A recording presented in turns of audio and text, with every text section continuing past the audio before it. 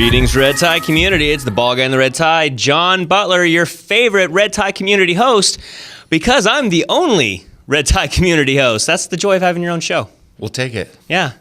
And today I'm with a very special person. Now, all of my guests are special, but this guy, he's like extra special because he's kind of like, he's going to get into heaven for sure, and I'm going to be like holding on to his ankles. We're talking about Pastor Brian Wilson. Thank you for having me here. I think I'm special because we're one of the few, one of the proud residents of Bakersfield, California. Yes. And brother, we made it out. Yes. We Cheers. officially made it out. We made it out. A lot of people try to get out of Bakersfield, and it's like this bungee cord that just pulls you right back. No, it's by God's hand. So yeah. No, it's great to be here. Oh man, thank you so much. I've been really excited. So, for those who don't know who Brian Wilson is, let me tell you a little backstory of how I met this wonderful, amazing, talented, and handsome individual. Started back in 2012. I started going to Cross Point.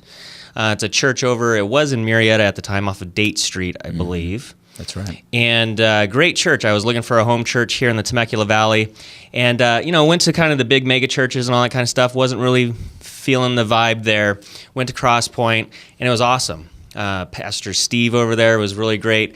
But then this kind of goofy, really loud, he has this loud cackling laugh kind of thing, which I'm sure you're going to hear a lot on this episode. And I was like, what's wrong with this guy? And then through conversation it comes out that you're from Bakersfield. I was like, that's why.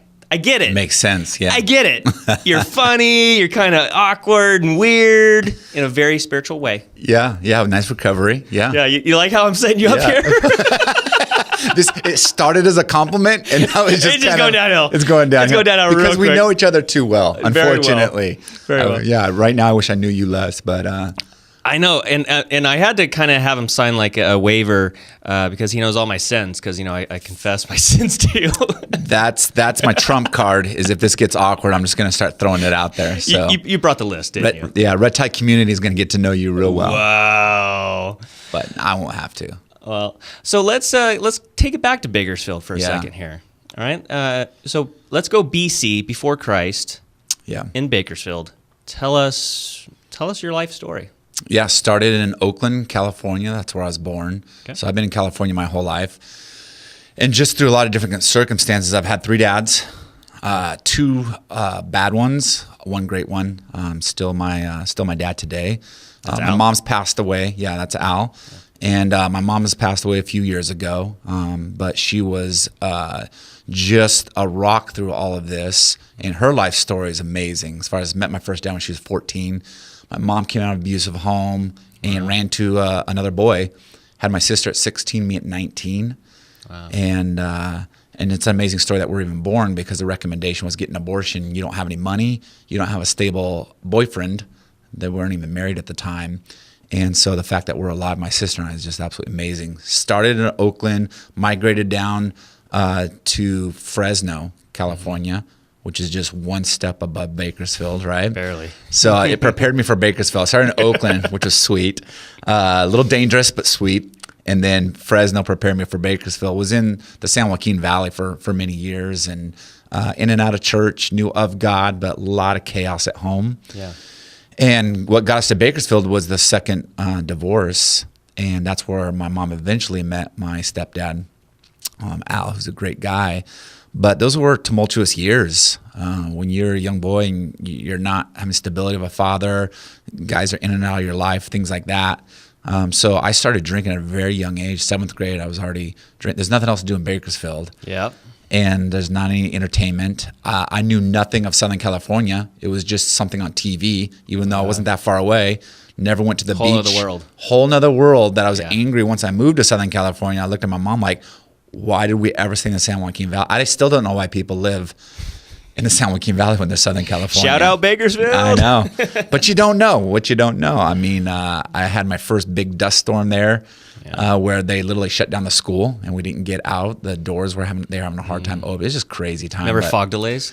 Oh, fog delays. Those were sweet though. Yeah. Going to school later, except driving with my sister at the time. She was hitting cars and what is it called? Thule frog or something like that? Or I don't know. Something crazy, but it's thick. It's bad. You can't even see past your hood. It's bad. In some places, yeah, it gets pretty bad. So, so I was drinking by 7th grade at house parties, and just trying to, between sports and drinking, just dull my senses. And when I moved to Southern California is when I gave my life to God. And that was a huge moment of clarity. Stopped drinking, stopped partying. And it was amazing. I was 17 and already tired of that lifestyle, which is pretty rare. I mean, I was people are just kind of started getting into it at 17. And here you are, you're like a veteran. Because you already, all the jokes, after a while you hit, and you got to top it. Once you get a certain kind of high or you dull your soul, at a certain point you have to dull it more and medicate and self-medicating more and more and more. And, when I got to know Jesus, him as God, that definitely gave reason and no need to medicate anymore. Wow. And so I'm always fascinated to know because, the Bible says that, nobody comes to the Father unless the Holy Spirit kind of draws them to him, right? So you tell me, yeah. It's in the book. It's well in the done. back. I know. It's in John or something like that, I think. Yeah. You always refer to John. That's your favorite. He wrote so many books of the Bible that there's a pretty good shot that it's going to be written by John. But seriously, though, because I know how I was drawn to the Lord, and it was through the character and love of other people. You know what I mean? So who was kind of that person? Was that Al? Was that someone... The way I see God works, it happens, and he used multiple people. Right. There might be one person where it culminates, or that decision. It's a process, but it's also a decision. There comes a point in time where I move from not following Jesus and relating with him. You might even be a fan. That's the terminology we use. You might be a fan of God. You're cheering for him, but you're not on the team. Wow. Yeah. And when you make that decision, I'm going to join the team. I'm going to get on the field.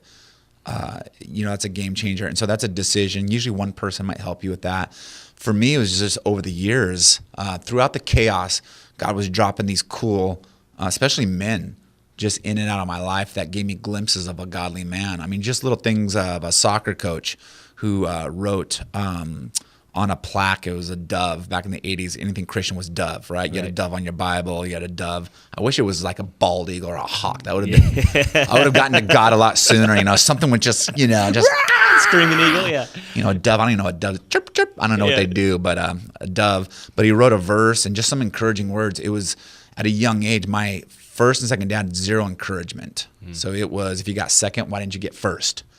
And it was just constant critique. So they hurt, and hurting people hurt others. So any man that would give me any kind of encouragement was rare. He was a Christian, wrote a verse, wrote encouraging words that stuck into my mind. We were very poor in Fresno and Bakersfield, especially through the divorces, government subsidized. Just to make ends meet. My mom always had a broken down vehicle. I always remember just the car making noises, a struggle to get places. So different churches we went to, guys would come and fix the car for free. So I remember things like that. Those little seeds just being thrown out there. Right. Yeah. And just little things. I remember even something as small as, my home was so chaotic. I grew up, I never had a sleepover at my house. So I never invited anyone in my house. I didn't know what that was like. It's been a joy for me to see my kids, they're 15 and 13 and they've had sleepovers, but this is what it's like. I've been creating a normal home based off of just things I've heard or seen or not what I experienced. And so I was in the car and it was with this guy who's giving us a ride, him and his son I was friends with, and just the way they interacted. He was very gentle with them, very encouraging, and then he played Christian music. Which I wasn't into Christian music. I mean, at the time, I'm into Black Flag, into Metallica, all this stuff. Well, so wait, speaking of such, I don't want to interrupt you, but Tyler, can you please pull up a photo of Mr. Brian Wilson, the long-haired photo? So I want people to know that there was a Brian Wilson at one point that had a head full of hair. I rocked it. Yeah, I rocked it back so then. Good. Yeah, look at that look, too. Angry. Very manly. Yeah. Very manly. It was kind of angry, but I didn't know if I want to fight or dance. That's what that picture is. Or just use lots of hairspray. I might want to battle you in a dance, or I might stab you. I'm not sure. Yeah. Is that the grunge era? Is that 92, 93? It has to be. It has to be, right? It has to be, which is funny. The grunge era, I never totally got into. I was always the guy that wore the, back then we used to go to Mexico a lot. Yeah, that's where you could drink. Is that? Yeah. Oh no, you're drinking since 7th grade, so I guess it didn't matter, right? No, I was drinking in Mexico too. Yeah. There's lots of I got chased out of Mexico one time. Lots of stories in Mexico. But back, I don't know if it was as dangerous as it is now and I didn't know it. Right. Or if it was just the happier days of Mexico, but used to party a lot down there. But what does he call it? The sweaters that everyone buys from Mexico. I don't know what you call those. Ponchos? It's like a poncho, or Yeah. it is a poncho. That's what I wore all the time, and I'd wear it when I went and partied down there, like I was a local or something. But Nice. yeah, so all right. Well, thanks for, I don't know where you got that. I was stalking your Facebook, buddy. Oh, is that on my Facebook Yeah, page? it's on your Facebook. I need to take some stuff down on Facebook. And I need to close it so it's not open to the public. You're going to block me. I'm like, wait, I thought we were friends. Sorry, Yeah, I just had to throw that in. It just seemed appropriate. All right, continue on. Yeah, brought back memories. I don't even know what we were talking about. So you're talking about the process that Influence. you weren't into Christian music because you were what? Your main influence? But just those little things where that guy never talked about God. He didn't, but just him, the spirit in that car was just different. So all those things, then I became a Christian as far as making that decision at an Alberto's. That's why Alberto's are so special to me, and why I tell my wife I have to eat there all the time. So I have to spend the money because that's such a spiritual experience for me. It's like tithing. It is. Yeah, that's how I give to God. So Alberto's, though, is I joined a church when I was 17, very angry, very distant, and that youth group and the youth pastor especially just modeled very healthy church, very healthy, real Christianity, nothing weird. And so I knew of God. Now I got to know God. And so we went out to Alberto's after youth group, and I just said, man, I'm exhausted, dude. I show up to church here, but when I'm not at church, I'm getting wasted. And what was weird is so I travel a lot for sports. I was a cyclist, kind of Tour de France kind of stuff. Mm-hmm. So we traveled a lot without adults, sometimes with an adult, but they didn't care what we did. So I had a lot of freedom, partying a lot and things like that, getting in fights and just being stupid while racing. And I just said, I'm tired, man. I'm tired. I know Jesus is God, and I know I want a relationship with him, but I want it on Sundays. And then on Monday, I'll read my Bible in the morning, and then I'll go drink at night. Yeah. And I'll read my Bible the next morning. So what I find for a lot of people is this progression. You don't just, I'm a bad dude, at least for me, and then the next morning, all that's gone. Some people it happens. For a lot of us, it's a progression of slowly, you just don't desire those things. And me not desiring what I used to love was a sign that I'm ready to follow God. Yeah. That was really encouraging. And so I prayed in Alberto's, and he's like, hey, make your decision. I quit racing because that was the environment that really fed a lot of stuff for me. And quit that the next day. I called my coach. He was floored. I'm like, I'm done. Never raced again. And I just stopped drinking. And all the guys I used to hang out with, that was hard. I was like, hey, if you want to hang out, it's cool, but I can't go do that. I mean, I literally and the best decision I ever made. So, wow. Yeah, so it's crazy. But all those little influences then got me ready for that night at Alberto's. All those people. And so that really encouraged me as far as I don't feel this need to explain everything to people or argue them into understanding who God is and things like that. I might just be playing that little piece of the guy driving, playing Christian music, and the way I treat my kids. Yeah. Other kids see it, and 10 years later, they might become a Christian. So it's pretty cool. You are a fantastic father. I will definitely give you that. And a fantastic husband too. So let's pull up a little shot of the family shot here. We got the family shot. We got the family shot. There we go. Beautiful. Oh, that's family. a while ago. Okay. Kids so the kids were much younger then. Yeah. Yeah. Why don't you have any updated photos of your family? What kind of family man are you? So honestly, I'm not a big Facebook guy. So that's a real hit. I go through periods like a month where I'm posting and all kinds, and then I'm just like, and I'll get off of it. But I need to update. There's a lot of things I need to do with Facebook. I need to block you, and I need to update pictures. Yeah, so my son's 15 now. My daughter's 13. I don't know how old they are there. That's my wife, Christine. We hit 20 years. Wow. And I love it. We're growing old. Our goal in marriage is to grow old well together and to be the 80-year-old couple holding hands on the boardwalk. So everything we do every day, is that helping us or does that hinder us? So when I need an argument, is this worth it? Is the argument for me to engage going to help me to be the 80-year-old holding her hand? Or does it not really matter? I can let it go and give her the win or give in on things. And it's done well for us. And we have our ups and downs. I mean, we had about 6 years where we call it the dark years. And we had 7 miscarriages, and that tested our marriage. Wow. But never doubted staying married to her. Best decision I ever made in my life. And so, if you don't mind, I'd kind of want to dig a little deeper into that, because there was a story that you shared at church where, you know, I think, and the reason I want you to share this is because Christianity isn't about being this happy-go-lucky, jolly fellow all the time kind of thing. And sometimes your walk of faith gets into some dark valleys, and it's depressing and all that kind of stuff. Yeah. And so you shared a story about that you used to listen to Metallica or whatever it was when you were angry. Lot. Yeah, right? yeah. So can you explore? I think you know the story that I'm speaking of, where you had your moment. You know, everyone's gonna have supernatural moments with God if you're in a relationship with God. And when people begin to mock that, then it's one of those things of, then you don't really follow God. Yeah.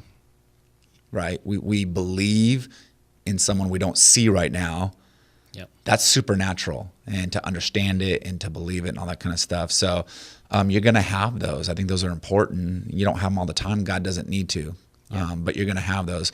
So for me, I was a pastor at a very young age, and doing ministry and starting the family, getting that going, had a couple kids, and hit a moment in my life where I think God tests us. Psalm 23 talks about that. You're going to go through this valley, and that's where you got to trust God, not just at the mountaintops. Yeah. And you really see your faith. Yeah. It's easy to say, I love you, God, at the mountaintop. The view looks great. Everything's good. The sun's shining on you. And God's like, well, is it real? He'll test you and to see the authenticity of it. And so I'd been tested early on in my life. I mean, I battled a lot of stuff, but then once I became a Christian, I just had a lot of good seasons. Yeah. And life was good, and God made it good, no doubt about it. So we got tested as far as we had several miscarriages, and we always wanted a loud home. Mm-hmm. Surprise. Mm-hmm. Both my wife and I are extroverted. Our kids are both extroverted. And so we always desired that. We thought God would give us that 5, 6, 7 kids and just people over and having the big home and people and just, that's what we wanted. Had 2 kids and then miscarriage, buried one of our daughters.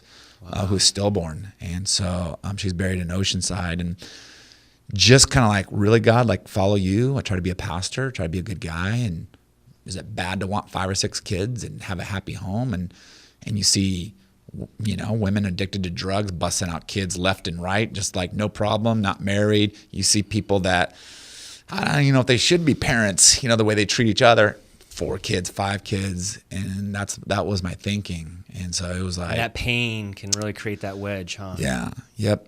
And so very disappointed, very hurt, very angry. When I buried my daughter, that was tough. And so at that point, I kind of flipped, and I was just like, I don't care about people, I don't care about their problems. I got my own stuff to worry about. So I quit ministry and just shut down emotionally.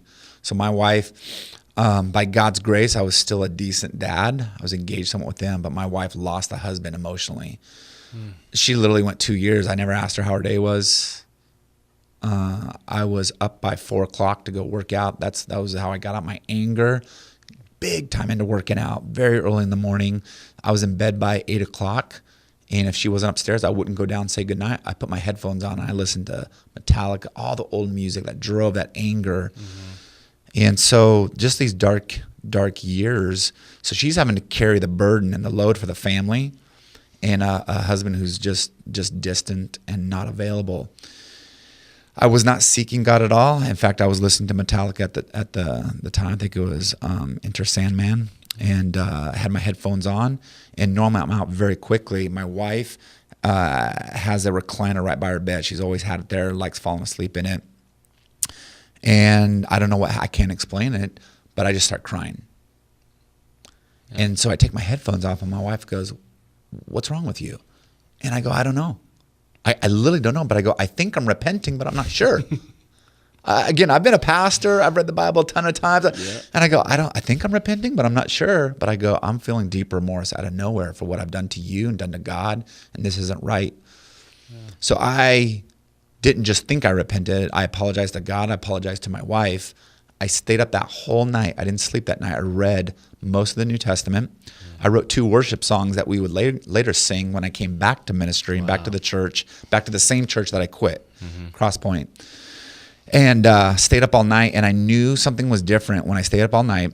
I walked into the office. I worked in Carlsbad, and I walked in. We have 2 secretaries left to the right, and I walk in. As soon as I walk in, both of them are like, "What happened to you?" And not in a bad way, like physically, I just look different. Something shifted, and God just yanked me, saying, "That's enough." What's cool about that is, so my life dramatically changed. I'm horrible at time. I want to say now about 5 years ago. Okay, when that happened, then my wife, who'd been carrying the water for our family, just deflated because she hadn't had time to grieve. Yeah. And she went into depression for years. Wow. And so that tested our marriage, because that's not a quick fix. I mean, she went to counseling. I was trying to be there for her, praying, all that kind of stuff, going to church. But she had to go through some deep grief, and now she's out of it now. And it's neat to see, but also taught me that you don't just snap your fingers when people are suffering or certain kinds of depression, whether it's chemical, emotional, mental, whatever all those things are. Yeah. Having great patience, but kind of a God thing in the midst of all that is we go through that, and the doctors could not explain to us. We went to all kinds of people. Why were we having so many miscarriages? Like, what was going on and all this kind of stuff? Nobody could explain it.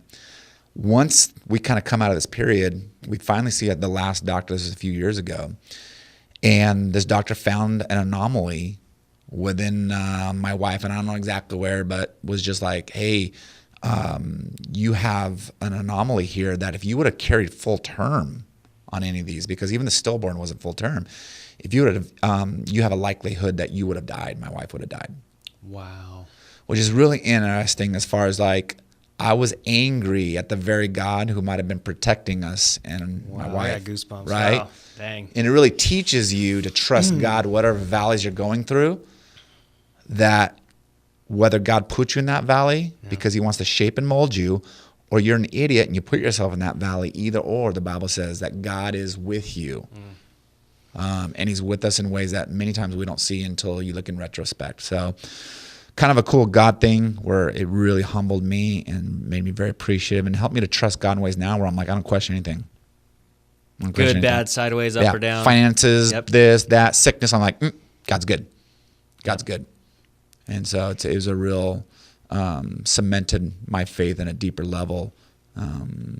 So it was pretty cool. Yeah. So just, I'm thankful to be here, and thankful that God's given me life and breath and the opportunity to continue to now share with other people.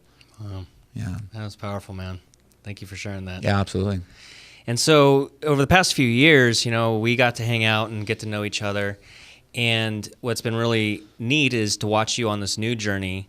So you were at Crosspoint up until about maybe a year and a half, 2 years ago. Boy, it's almost 2 years. Yeah. So I was at Crosspoint Church. My friend Steve planted that church. We both worked in North County at a humongous church. And he got the itch, came up here before the boom, or right in the middle of the boom in the early 2000s, right? So about 5 months later, I follow him up, and so we do this church thing together.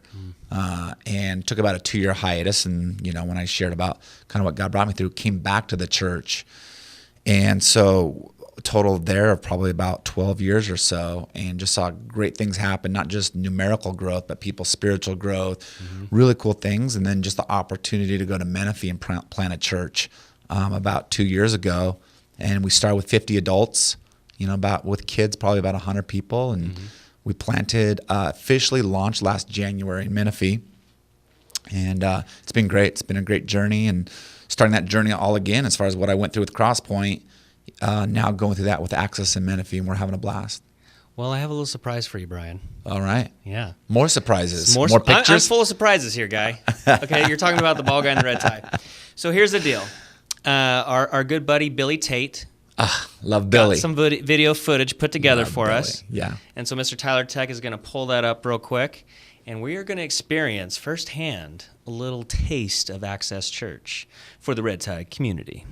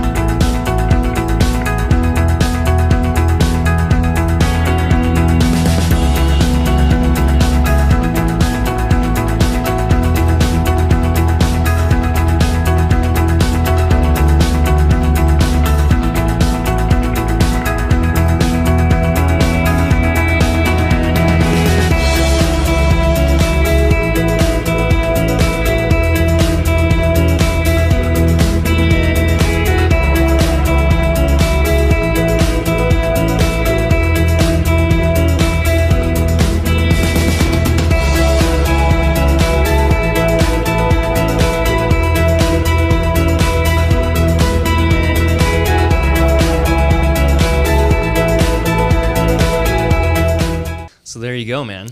Pretty cool. So that's a horse trough that we baptize people in. Yeah, that's spiritual. I think it's in the Bible. Well, it's taking our roots back to Bakersfield, brother. People want a nice baptismal, cold water and a horse trough. Get down, get down. Hey, if you get baptized in that, you're a real believer. No doubt about it. Your faith is going to last. And wait, speaking of baptism, so we have a photo of a good buddy of ours, Mr. Blake, and I have a little tie-in to this. All right. So Tyler's going to pull up a photo of the baptism with Blake. And as the audience is about to see here, Blake is wearing a red tie T-shirt. Oh, yeah. I didn't notice that. You didn't notice that? Boy, he's representing, huh? He's representing. So my spiritual question to you, Mr. Pastor, is do I get like extra credit in heaven for that? Yeah, no doubt. You're going to move up the line when we meet Jesus. That probably is like you move up 7 or 8 spots. 7 or 8 spots. Yeah. Out of the billions. I don't know. I wouldn't think more than that, but no, well done. So, yeah, that's pretty cool. Love Blake. Shout out to Blake. Yeah. Great guy. Yeah. So how is baptizing people? That's going to be kind of a cool thing.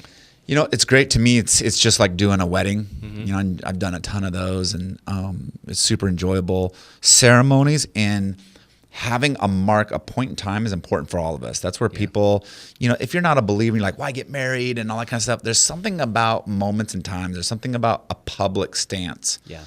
That's why we have protests. Public. There's something about that that's important, and it's the same thing spiritually. There's something about going public with your faith, and it's actually the first step of obedience that Jesus asks you to do. That when you believe in him, get baptized. We see that in the Bible. And a lot of people are about why? Well, if you struggle with just getting baptized, you're going to probably struggle with other things Jesus asks you to do. Right. So it's one of those things of you find out immediately, is this just a church experience? You cried during a song and you marked a box and that's it? Or do you really allow him to be the leader, the father, the God of your life? Yeah. And when people get baptized, that's that first step of faith. Yeah. They honor Jesus, makes Jesus happy. And then you keep doing that the rest of your life. That's all baptism is. It's not the end of something. It's the beginning of a journey. Now, back in the day in Bible times, it was a little more serious because you have Christianity considered a cult when it first started within many communities. So you get publicly baptized and you can get ostracized. You can have people not go to your business anymore. And so I experienced that in other countries. When I go to Africa, when I go to India, when they get baptized, they usually go down to the local river. One of the craziest ones I did was in a pond.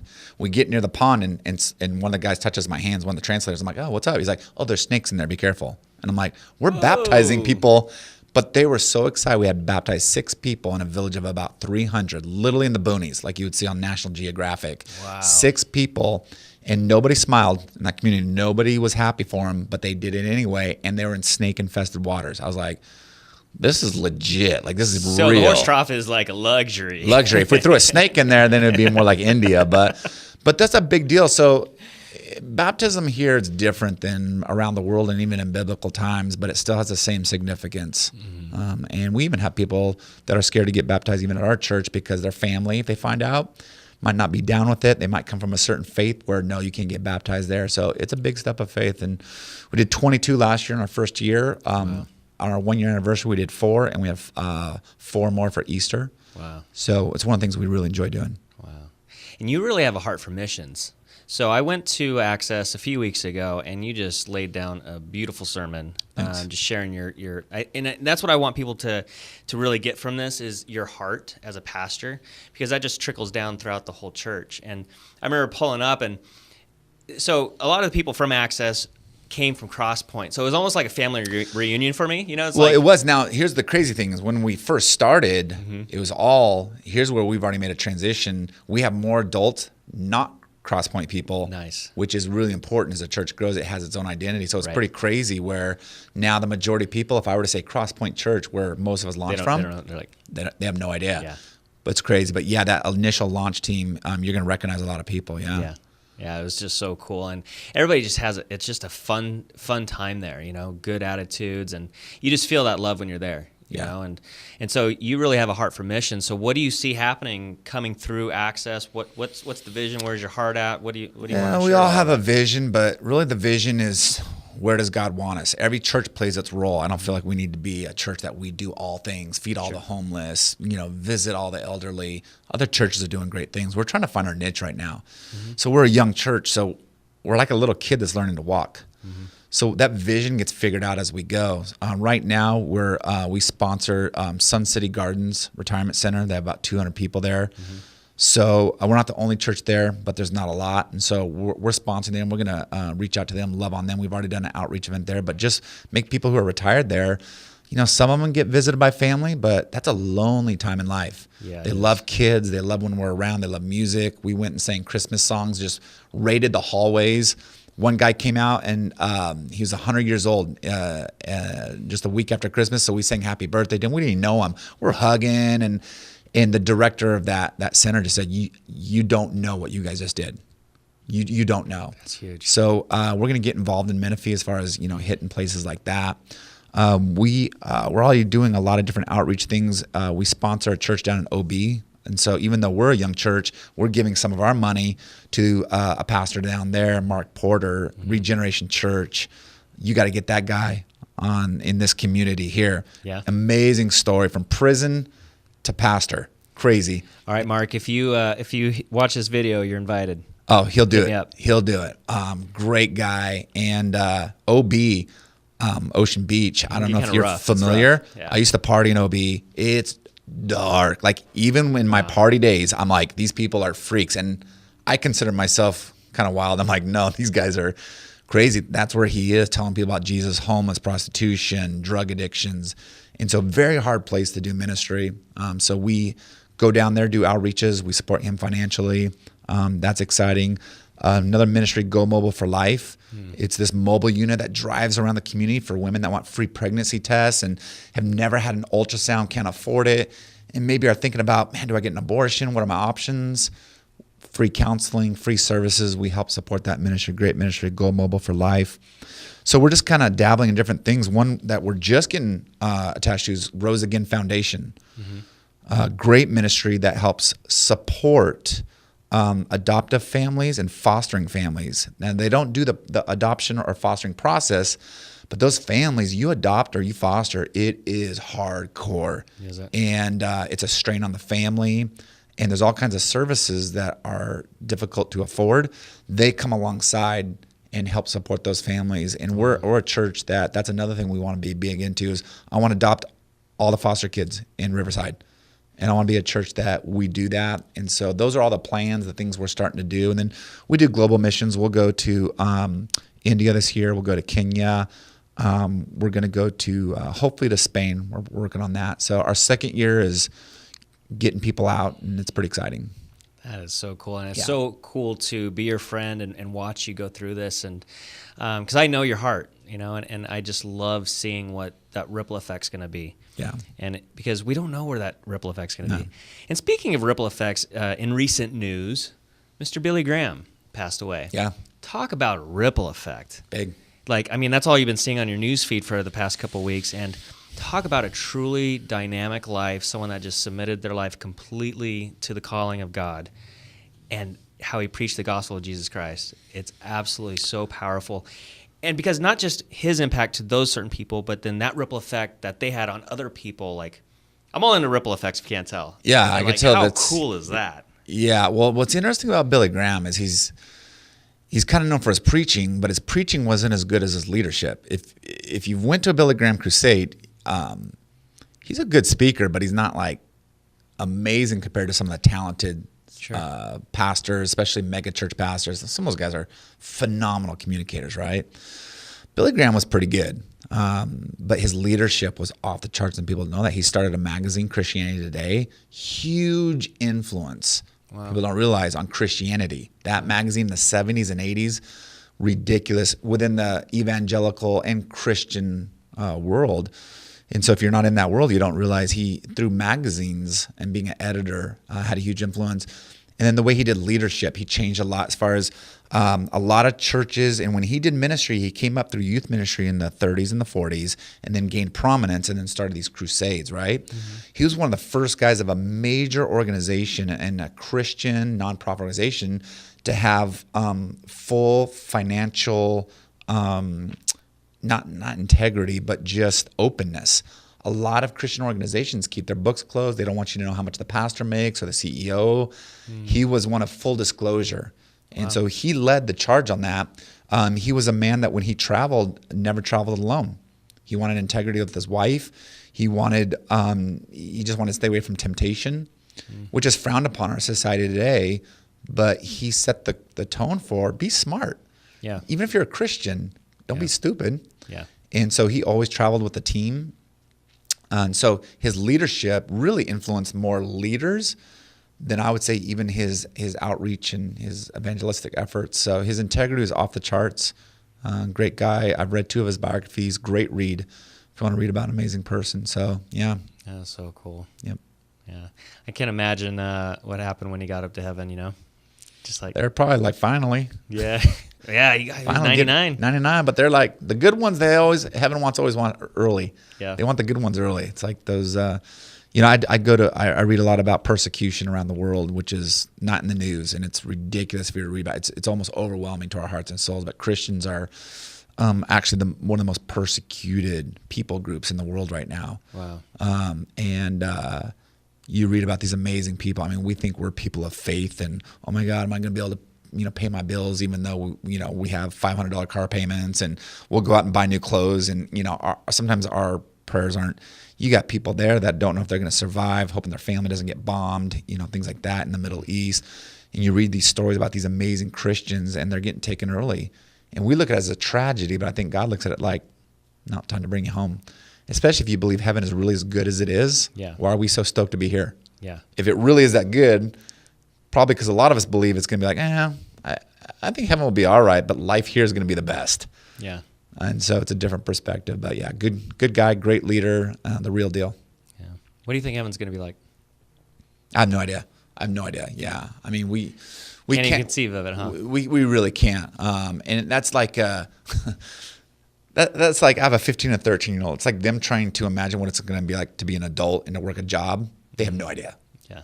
They have zero idea. Yeah. Now multiply that by 1 billion because we're going from 13, 15 to being 25, 35. Mm-hmm. Try going whatever we are at, right? 30 something, 40 something, 50 something to being hundreds of millions of years old in a perfect place. And all I know is that God is freaking creative. Yeah. I mean, if you just watch the Discovery Channel and the kinds of fish he made some freaky fish, some crazy animals. And what's amazing is God did all this in 7 days. It's like, heaven's going to be like thousands of years of creativity. And wow. He's a good God. He's a creative God. He made all the personalities. He made the engineer. He made the artist. He made the dancer. He made the theologians. And those are all what Genesis would say is we're made in the image. We get a little glimpse. Mm-hmm. We get one ingredient of God in us. Mm-hmm. But now we get to experience all the ingredients of Him forever. It's going to be ridiculous. That's so cool. Yeah, I can't wait. So I hope when I get to heaven that I have the job of the greeting team. So I'm a greeter at Crosspoint, right? So I pass out the name tags kind of thing. So I want that job up in heaven. So when they come in, I'd be like, "You made it!" I'll mess with people like how I usually do. Yeah. And then I'm a real estate agent here on Earth, so that's my earthly vocation. But up there, I want to be, showing them their new mansion or what their digs are. So Jesus, if you're listening, I want to apply for that job. Man, I'm going to laugh my butt off if he's like, nope, you're going to be on the worship team just to mess with you. That would be heaven for me to see you. Rather than greeting, to watch you have to sing. Oh, yeah. We'll see. I can't wait to see his humor. Yeah. I know, because he gave us a sense of humor. I hope so. Isn't that cool? I hope so. Yeah. It's going to be pretty funny, I think, too. Yeah. It's going to be good times, man. Well, thank you so much for coming on today. And is there anything else you want to share? Anything that's going on in life or... No, hopefully we can think some more stuff up. Maybe I'll be back at some point, but it's great to hang out with you and the community and just to be a part of this. Stoked what you're doing, man. This is great stuff and getting to know people and thanks, best of luck to you. And it's been great being here. Well, if you are in the Menifee area in Southern California and you're looking for a place to go experience the Lord and having some good people around you, make sure you go to Access. And if you don't know the website, it's gotoaccesschurch.com. And then you'll see that smiling face every Sunday at 10:30? 10:30 at Hans Christensen Middle School. Hans That's where we Christensen are, Middle School. So that's where they're at. A lot of great people there. So if you're looking for a home church, definitely want to check out. And that's it. John Butler, the ball guy in the red tie with the red tie community. See you on the next one. Bye.